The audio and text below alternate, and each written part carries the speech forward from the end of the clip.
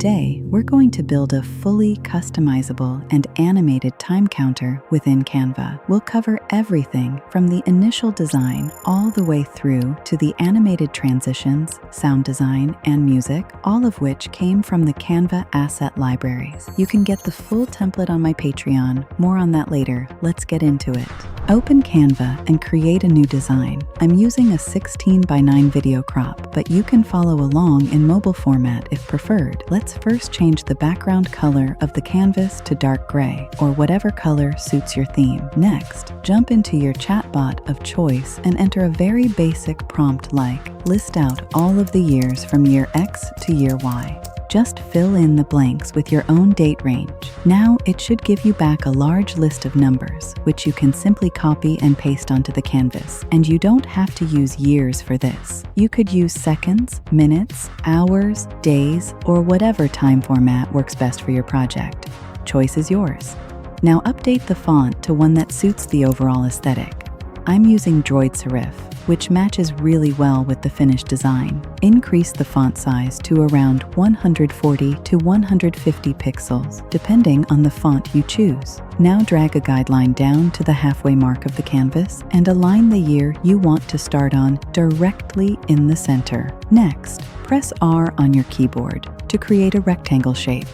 Open the color panel, change the color type to a gradient, and set it to a circular gradient. Make sure all colors in the palette are set to the same color as the background. Then set the center color to be completely transparent. This gives us a small transparent circle in the middle of the rectangle, which will highlight the year underneath. Enlarge the shape to the full size of the canvas. Then go back into the gradient color panel and keep adding extra colors like this until we get a nicely blended circle around the highlighted year. Pretty cool, right? Now press R again to create another rectangle shape. Give it a 4-pixel border and set the corner rounding to 32. Set the main fill color to fully transparent. Then change the border color to a gradient. This time, select a linear gradient and give each color a different shade of gray, ranging from light to very dark. The exact number of colors is completely down to your own preference. Next, press L on your keyboard to create a line shape. Resize it like this and set the stroke weight to 2 pixels. Now create 10 more duplicates, so we have 11 lines in total. Select all of the lines, align them, and distribute the spacing evenly. Select the middle line and increase the width slightly. Then change the stroke weight to 6 pixels. Now select the outer lines and decrease the transparency substantially. Then, as we move closer to the center line, decrease the transparency a little bit less each time.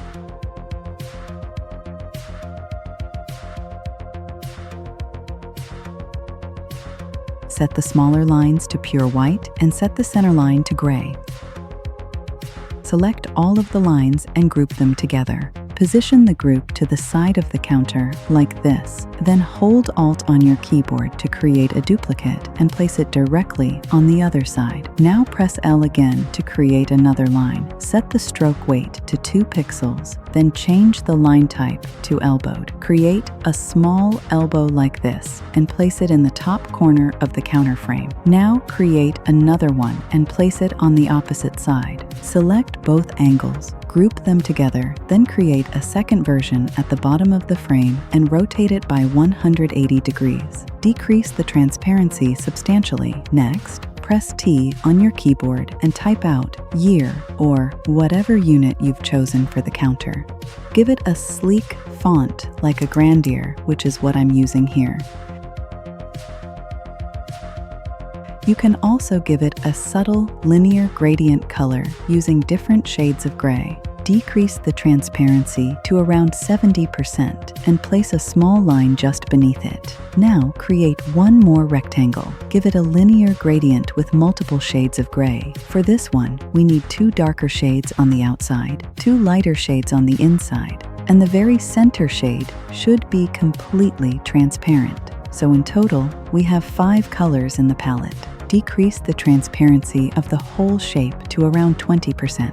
Resize it and place it directly over the center of the counter frame like this. This helps create a subtle glassy highlight over the design. Next, open the Elements tab and search for Math Scale SVG. Select this one and change the color to a very dark gray, but not quite as dark as the background. Reduce the transparency to around 35%, then make a duplicate and place it on the opposite side. Now let's add a little vintage texture to the whole scene. Open the Elements tab and search for Canvas Texture Overlay. Look for this one by Gria Studio and place it on the canvas. Enlarge it slightly, make a duplicate, and group both texture layers together. Then reduce the transparency of the group to around 25%.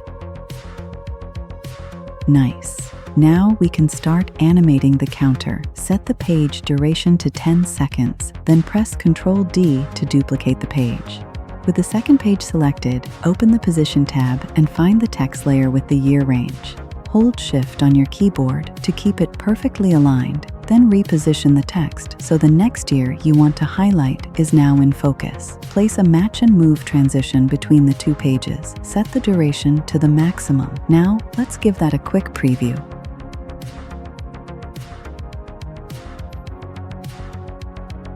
Nice. Now let's add a transition into a title reveal. Duplicate the second page. On the duplicate, remove every element except the texture and background color. Export this page as a PNG file, then re-import it back into Canva. Place the PNG on the second page. Right-click on the layer and select Show Element Timing. Adjust the timing so it appears after the match and move animation has finished. Then open the animation panel and give it an ink animation. Make sure On Enter is selected and set the style to splotch. Now add a title on the next page using the same Droid Serif font. Give it a similar gray linear gradient so it matches the rest of the design. Then give the title a clear animation, adjusting the speed to your liking. Now let's add some music and sound design. Open the Audio tab, filter for sound effects, and search for Stopwatch Tick. Select this one, place it on the timeline, and trim it so it covers the full match and move transition. Add a gradual fade in and fade out at each end so the ticking doesn't come across too harsh. The music I used is a track called Mindfulness by Ija Alsina.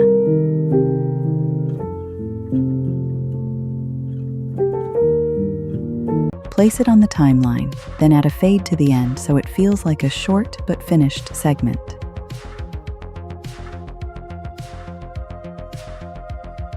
Now let's preview the finished product.